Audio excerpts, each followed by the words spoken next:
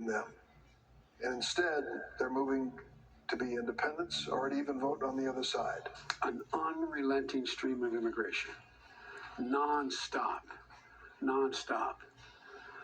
Folks like me who were Caucasian of European descent, for the first time in 2017, will be in an absolute minority in the United States of America. Absolute minority. Fewer than 50% of the people in America from then and on will be white European stock. That's not a bad thing. That's a source of our strength. So how is that a source of our strength? He never explained.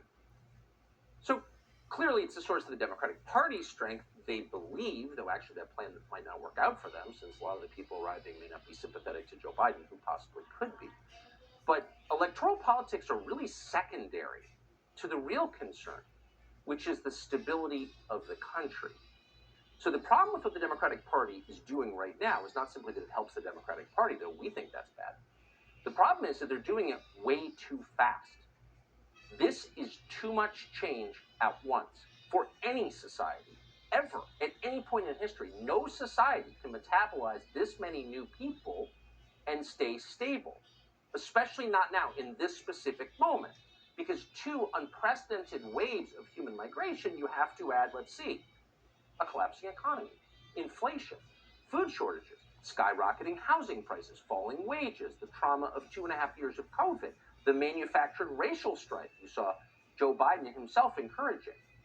You put all that together and you have the most volatile possible mix of social factors. So into that you throw millions of brand new people who have no connection to America whatsoever, people who broke our laws to get here, who don't speak our language, who have no idea what the U.S. Constitution says and don't care. And what do you have when you put all of that together? You have a recipe for social collapse.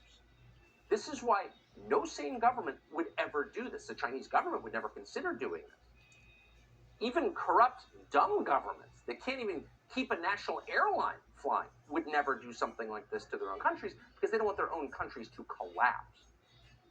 And it's not an attack on the people coming here, by the way, some of whom are legitimately great people and want to be here for the right reasons. The problem is the volume.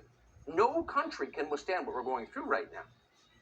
And in our specific case, it turns out that a lot of the people coming are not ready to participate in a democracy. A huge percentage of the migrants crossing the border today are functionally illiterate. According to the Center for Immigration Studies, 41% of immigrants score at or below the lowest level of English literacy, a level variously described as below basic or functionally illiterate.